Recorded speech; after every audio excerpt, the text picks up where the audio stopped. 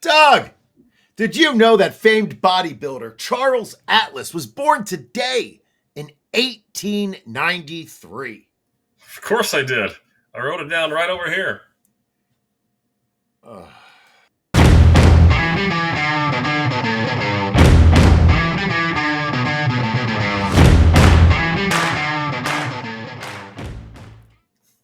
Some people will tell you to play it safe, but we're here to tell you to go all out. Welcome to the All Out Blitz. I am your host, J.J. Wenne, and I am joined by my witty wingman, Doug Orth. And tonight on the show, Doug shares the insight he has gained by watching the film and diving into the analytics from week 8. So let's jump right into it, Doug. It was everything we dreamed of and more. Jameis is back, baby, and eating W's for the Browns. Jameis posted 334 yards, 3 TDs last week. What did you see? Let me start off with Deshaun Watson first, and we'll go there. Go ahead and pull up the tweet that has all the information of Watson's poor tenure in Cleveland.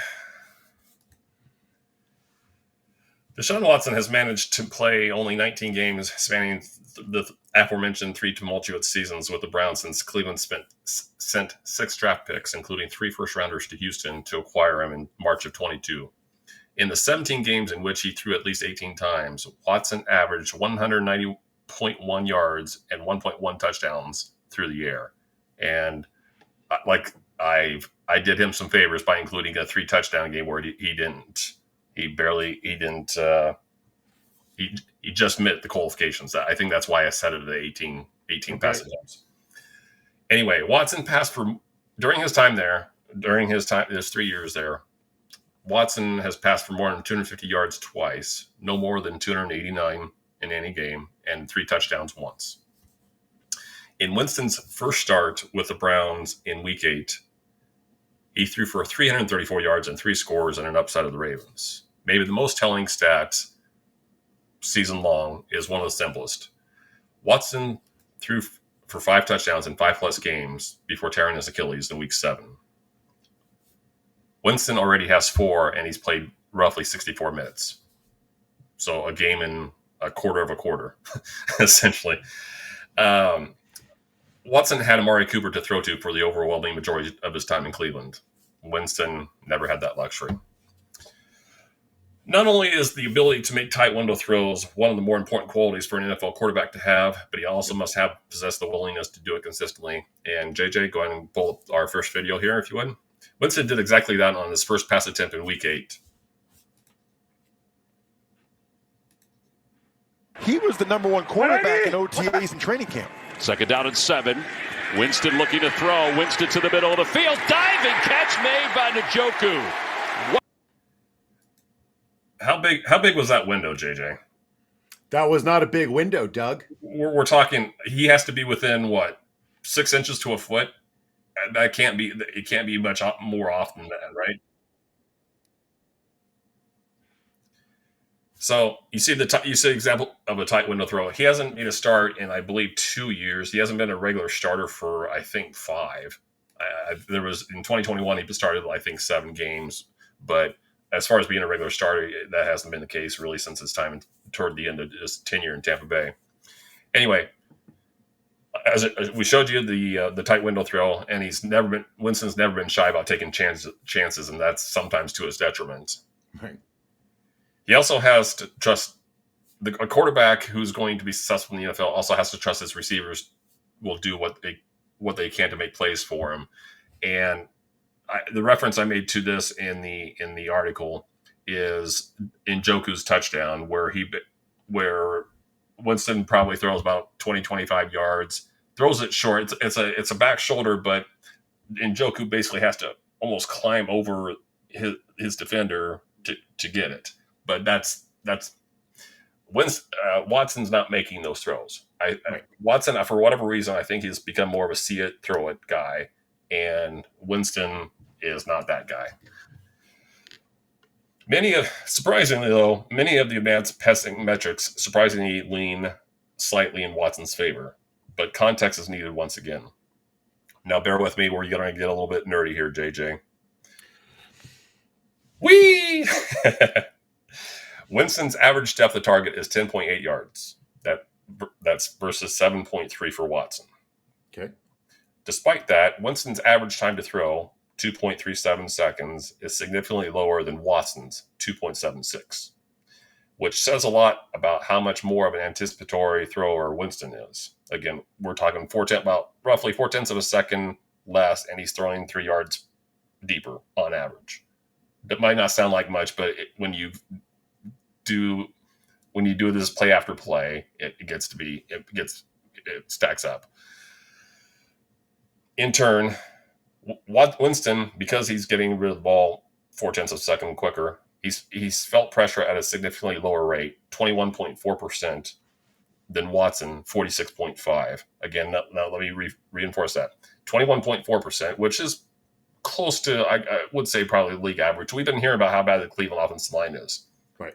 21.4% pressure rate for Winston, 46.5% for Watson, because it's always, again, it just goes to show you how much a half second means in the NFL. Furthermore, Winston's, and this is a new one for you, Winston's 7.5% hero throw percentage, and that percentage is the number of attempts a quarterback makes an extraordinary throw that maximizes the result of a play. That 7.5 hero throw percentage in a limited sample size is almost 4 times higher than Watson's, 1.9. In short, or bringing it all together, what we're saying here is Winston is throwing the ball further downfield, getting the ball out quicker, anticipating better, and getting sacked less. And here's another stat for you. Watson's sack percentage or sack rate, 13.25%. Winston's 5.4 so far. So almost not quite 3 times or a third, but darn close to a third less of it. Getting sacked a third less on average. Okay, wow. Well, that was easy for you to say, nerd. So what does it mean for fantasy, though? So, like, yeah. Numbers are great. But at the end of the day, am I starting Winston? All right. Let me give you some negative talk, and we'll get back to you. Because with Winston, there's always some negative, unfortunately. Right. There is a reason why Winston has become a bit of a journeyman in recent years. Although he has yet to throw an interception in 2024, his turnover-worthy throw rate of 3.8% this season is higher than Watson's, 2.8. Not a big difference, but it's a difference nonetheless. However, Winston's current mark, again 3.8, is much less than what it was the last time he was a regular starter in 2021, which was 6.8%. That was 2021 was the last time he started more than 3 games in a season. The throw right before his game-winning touchdown to Cedric Tillman in Week 8 was the second of 2 passes he threw that could have or should have been intercepted. The point I'm trying to make here is that while we should expect better decision-making from a now seemingly mature 30-year-old Winston than he had earlier in his career, there is plenty of reason to believe the turnover-free honeymoon will come to a screeching halt sooner than later. With that said, I think the Browns will gladly live with a few aggressive mistakes in exchange for the kind of magic he delivered against Baltimore. In my mind, he should be considered a strong fantasy QB2 with occasional QB1 upside moving forward. So you're not starting him in QB1 leagues? 1 QB leagues? He's certainly not an automatic starter. No, I wouldn't say that. And for example, this week they got the Chargers. I would be willing to start some of the receivers. I'm certainly going to start Cedric Tillman where I can and Elijah Moore where I have him. Judy's a little bit more of a but I'm definitely starting Njoku. But as a whole, the Chargers have been pretty stout. I'm not sure I'm starting Winston over, let's see. I would start Baker Mayfield over Winston, for example, even with his.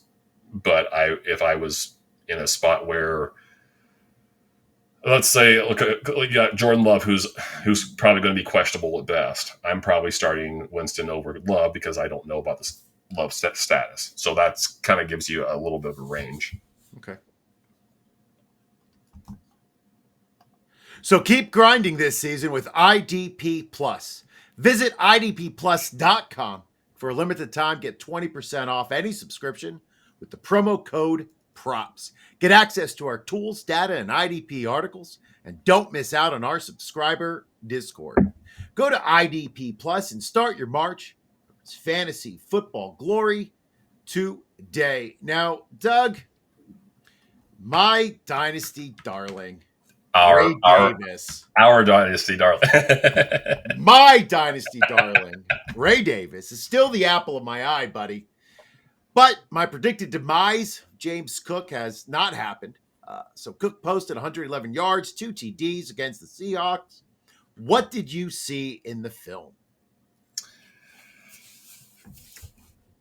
Let's take a trip back to last year. Cook's workhorse usage came as a shock to many over the second half of last season. After all, we talked about this over the summer, JJ. He was a 190-pound player, still is, who never handled more than 140 touches in a season during his 4-year college career. Now, some of that you can attribute to the powerhouse and the kind of talent that University of Georgia can recruit.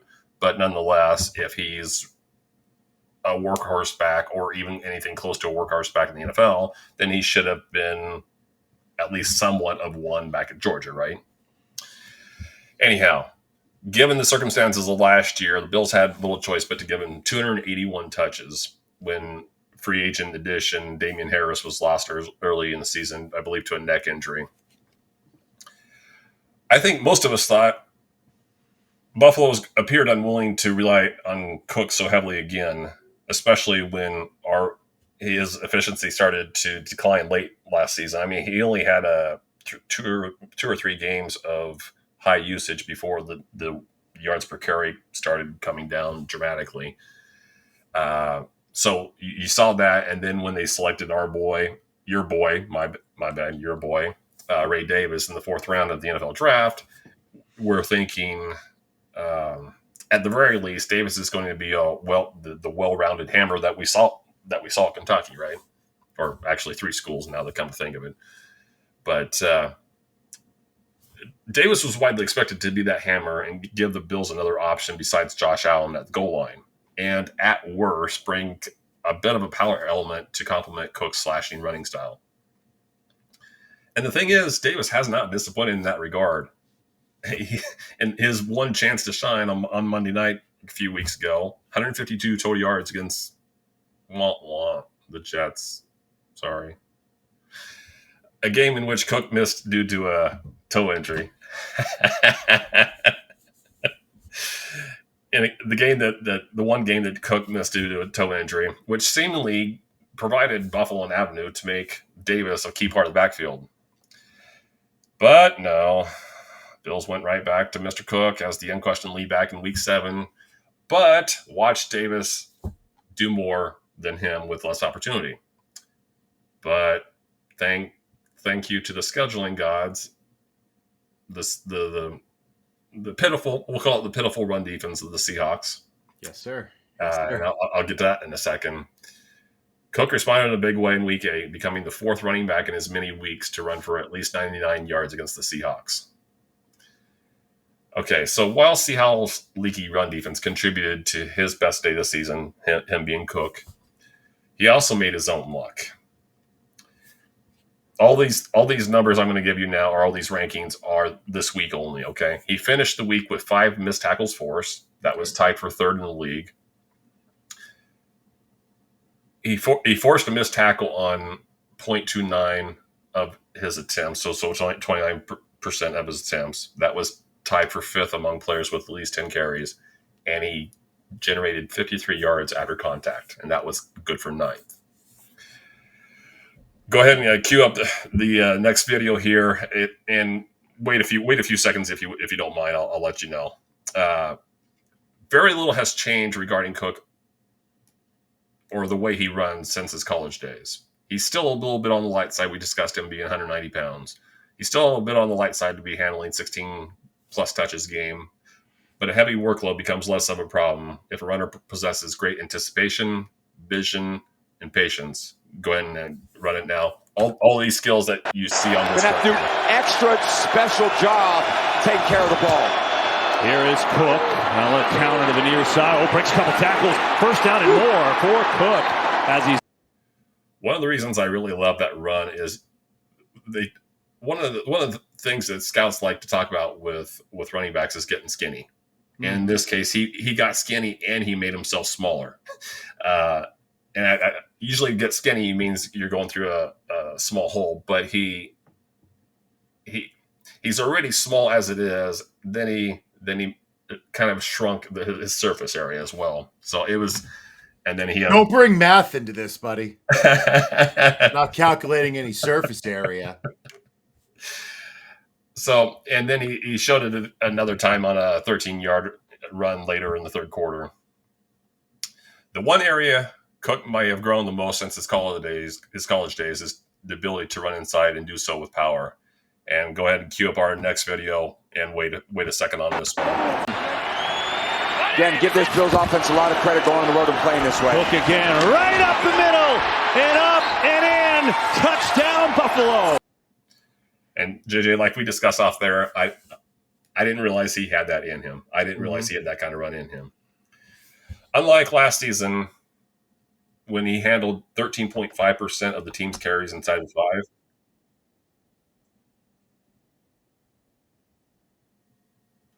Unlike last season, when he handled 13.5% of the team's carries inside the 5, Cook leads the team this year at 44.4%. That's more than Josh Allen. I think Josh Allen's at 30%. Ray Davis is at 10%. I think Ty Johnson is at 20%. But I would not have imagined a world where Cook was going to see more red zone, higher percentage of red zone work than Cook and Davis combined. I did not see that happening. Runs like the touchdown run that we just showed you are likely the reason why he's getting more work near the goal line than basically the work that Allen and Davis, just what I said, Allen and Davis were expected to share in 2024. Well, I mean, all this sounds great. I mean, I'm happy for James Cook. I don't know. No, listen, James Cook is sort of the running back version of Calvin Ridley for me. I know they can be good. I know they can. I know. I just don't like them. So, what does this mean for fantasy?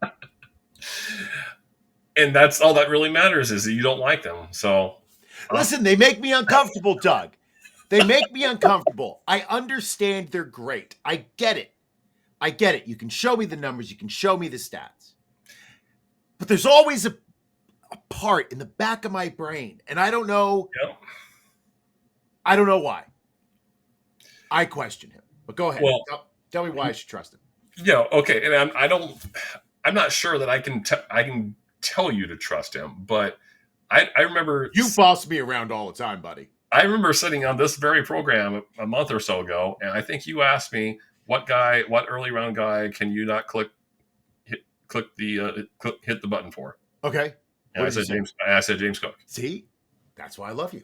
I'm so you asked me what does it mean for fantasy? Yes. Okay, Davis isn't going away. I don't see that happening. He's going to steal more touches over the second half of the season. I don't see a world where that doesn't happen. Having said that, fantasy managers can feel confident for now, in Cook's viability as a low-end fantasy RB1, high-end RB2, if he can continue running with the conviction that he did against Seattle. And that's what it ultimately boils down to. If he can run like that's the touchdown run where he ran through the middle, if he can run with that kind of power and hold up, he's going to continue getting his 16-plus touches. If he backs down in any way, shape, or form, then we're going to see more of a 60-40 probably. But I don't think either one of us expected a hostile takeover of the backfield. But we did expect Davis to maybe get some of the early down work, more of the early down work maybe than Cook. Cook would be featured on passing downs, and I think the team would be more of a pass happy team than they've been. Not quite as much as last year, but a little bit more than they've been. And they've really been more of a balanced offense, more of a balanced offense than I think any of us would have expected this year. Yeah, I don't know what I would have expected, only because they didn't really have a lot of weapons that I trusted as receivers. I mean, God, we all thought Kincaid would be more involved, right? Remember when everybody said Kincaid was going to be the wide receiver one for the Bills? I remember that. Pepperidge Farm remembers. And he's not. I mean, hopefully. I'll share this with you. I have one share of Kincaid, right? And that's Okay. only because, and I think it was the last draft of the season, when I was doing the 20 drafts in 7 days or whatever that crazy stretch was. And I told myself there was Kincaid, McBride. I didn't get any McBride. But my point being, and the reason I mentioned that, I have one share of Kincaid. And I told somebody that I am a frequent competitor with in some of my high stakes leagues. Just the same thing I'm about to tell you, where I have one share of Kincaid, and that's one share too many. And he basically said, "Why? I don't know where all the hostility toward Kincaid come from." Well, sometimes we don't know where it comes from. Maybe somebody named Kincaid bullied you as a child. All right, sir. Rich preppy kid, right? Oh, listen, it was probably some kid named Chad. Never met a nice Chad. No offense to any Chads out there. Oof, I had a bad run in high school. But Doug! Yes, sir. I heard plenty of concerns last Thursday about Puka Nacua coming off of his injury. Now, he hadn't been practicing in full. Maybe did him for the week, they were saying. Give him some time to ramp up. I agreed with those concerns. And it took approximately 2 plays, Doug, for everyone to realize that not only was Puka healthy, but that he was going to be featured by the Rams. 9 targets, 2 carries later, Puka posted 111 yards. What did you see in the film? Yeah, talk about somebody I have one share of, and brought him off IR probably around 6 o'clock, 6:30, and had no intention of playing him, and not exactly sure what changed my mind, other than maybe assessing some of the other options I had on that team. And just like you said, I'll tell you my Thursday night before I break into Nacua. So I write my FF to the A column, most of it Friday or Thursday night during the game. And so what I try to do, I don't have the game on in the background or anything, so I try to check in periodically on the live box score of the game cast or whatever. And yeah, just what you said. When you can check that old box score, and 5 minutes in, you already see your guy that you were questioning. Well, at that point, he was probably 2 for 27. Maybe he already had 3 or 4 catches. I think he had 4 catches in the first quarter. And man, you feel awesome when you have your receiver doing that. Yeah. All right. Enough of a personal anecdote there. Okay. Receivers who run a 4.57 in the 40-yard dash at 201 pounds and post times of 4.3 seconds in the short shuttle and 7.32 seconds in the 3-cone are not supposed to become NFL superstars. So how did Nacua do it last year? One area where he excelled was after the catch, as he finished in a tie for first in the league with David Njoku last year for most yards after contact on receptions. As you kind of alluded to earlier, in his surprising return to action in Week 8 following a 6-week absence, and that was the deal. And I'll get to this in a second. Nacua picked right up where he left off while earning a target on 7 of his 21 routes. He only ran 21 routes. A typical average is 40. I mean, so he ran about half the routes and was targeted on a third of them. He finished the week 4th in the league in yards after the catch with 55 and 5th in yards after contact on receptions with 25. Go ahead and cue up Mr. Nacua here. Fittingly, his first catch of contact was 6 of 14 yards. Lined up 5 wide. Up in motion. Pass to the other side. Nacua makes this catch. And Nacua breaking tackles out to. And as you can tell there, that was almost entirely a product of his ability to run through contact. Another area that made Nacua such a revelation last season was his willingness to work across the middle of the field and use his body to keep defenders from making a play on the ball. After head coach Sean McVay dialed up a pair of screens to get him in the game against the Vikings, you saw the first one. Nacua owned the middle of the field and did most of his damage with crossers and slants. Interestingly, Nacua wasn't targeted on any of his 5 hitch routes, and that's notable because that was the route he ran the most often in Week 8. So 5 of his 21 routes were hitch routes, and he wasn't targeted on any of them. Although I'm not sure there's much that can be read into that based on this being a one-game sample from a receiver running, like I said, about half of the routes he usually does after such a long layoff. Now, the one oddity in Nacua's resume from last season was his relative lack of touchdowns. He had 6, and more specifically, a lack of opportunities to draw looks in the red zone despite earning 160 targets. Bear with me now. He was tied with Cooper Kupp for targets inside the 10. They both had 8 last year, even though Kupp played 5 fewer games and operated at far less than 100% in a few others. Okay. So I think you could say that Kupp was targeted about as frequently inside the 10 in, let's say, 8 healthy games as Nacua was in 17, just to make it simple there. Nacua also only held a 10-7 edge in end zone targets as well. Again, understand 5. You would think in the 5 missed games that Kupp had that Nacua would have just been bombarded with targets inside the 10, and that didn't happen. Week 8, the Thursday night game last week, was a continuation of both of those trends as Kupp held a 2-1 edge in end zone targets. Nacua did not draw a target inside the 20, and he has yet to do so in 2024. So he didn't draw one in the first half of the Detroit game before he left, and then he didn't draw one. So he's played a game and a half and has yet to see a target inside the 20.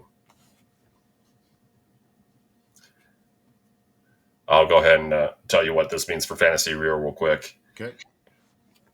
The lack of touchdown opportunities might be slightly disconcerting for fantasy managers, but is likely the result of Matthew Stafford and Kupp looking at the defense with the same set of eyes based on their 3 seasons together.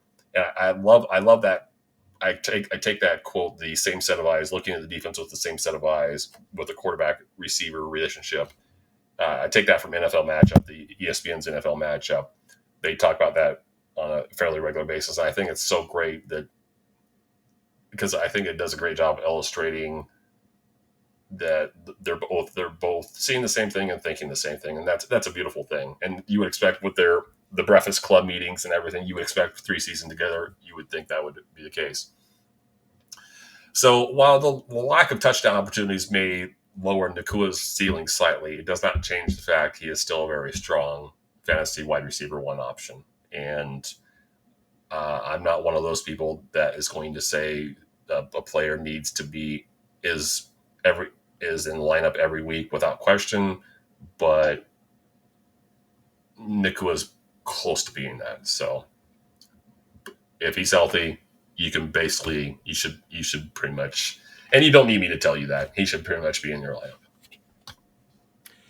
All right. Well, I'm not going to argue with you, although I don't have him on any of my redraft rosters. Kind of avoided him this offseason. I took more Kupp than him, but we'll see how that pays off down the stretch. But Doug, yes, sir. It is football season, and that means a trip to see your favorite team on the road. Well, with Expedia, you get the best prices when traveling. We are thrilled for our partnership with them. Need a flight to Denver, rent a car in Miami, or a hotel in San Francisco? Go to idpplus.com/Expedia and build the best package to travel to the big game. Now, Doug, it doesn't happen often, but sometimes I get something right. So while everyone was yelling that the Chargers would run the ball 60% of the time with Harbaugh and Roman in control, I believed that the run game would allow Herbert to eat. Now, we started slowly, Doug, but we have seen 34, 39, and 32 pass attempts over the past 3 weeks. I know I'm patting myself on the back. I don't like to do it, but if I don't, who will? But the question, Doug, that we all have is the famous legal question, cui bono, who benefits? Well, Doug, it sure seems like a certain rookie is benefiting. So what does the film show? Well, JJ, if you weren't so far away, I'd pat you on the back. But Oh, thanks, buddy. I'll save it. I'll save it for Ohio. Maybe I don't. Is that too much of a delay? Man, I don't know. That's a long time till August. Maybe we'll get together over Christmas. McConkey was considered more of a route running technician before a spectacular showing at the NFL Scouting Combine opened some eyes to actually how good of an athlete he was. I noted in his draft profile this spring that his testing numbers were similar to Garrett Wilson's. You wouldn't think of that by looking at the two of them that they're similar athletes, but yeah, exactly. While McConkey struggled with injuries near the end of his time at the University of Georgia, the word most associated with him entering the league was dependable.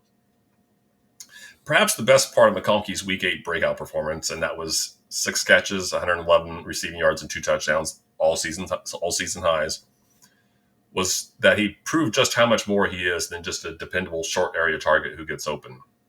In fact, his head coach, Jim Harbaugh, made a rather bold statement in the post-game presser or a few days later in comparing his ability to win contested catch situations to former Panthers and Ravens standout Steve Smith. Oh, yeah, he did. Oh, yeah, you did.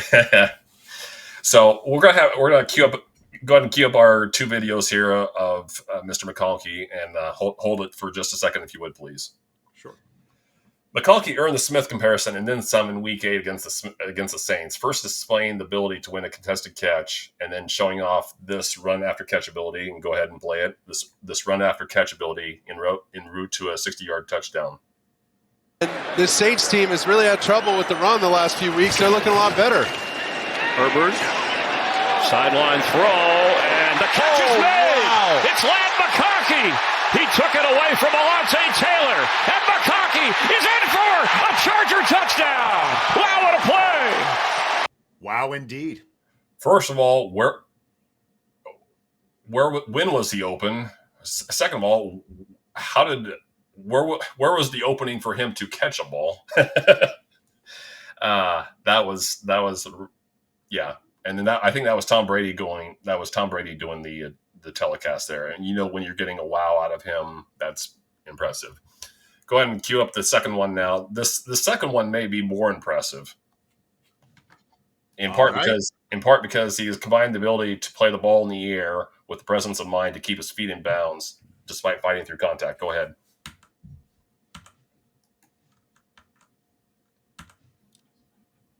Trying to. This Saints team has really had trouble with the run the last few weeks. They're looking a lot better. Herbert, Isn't this the same one? Yeah, That that's is the same one. Here And you I go.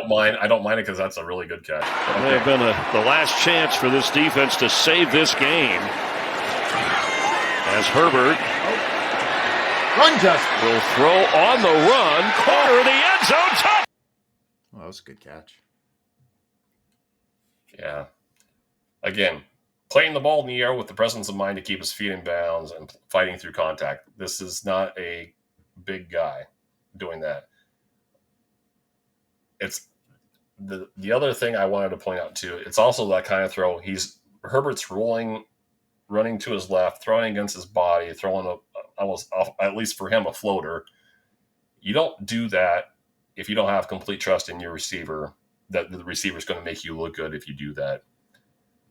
And as impressive as his day was, he was about a foot short from scoring a third touchdown earlier in the game as well. So I think that ended up being a Dobbins 1-yard run or something like that. But anyhow, through 7 games, McConkey has recorded an air yard share of 27.6%, a target share of 22.2%, and a first read share of 27%. All those are team highs.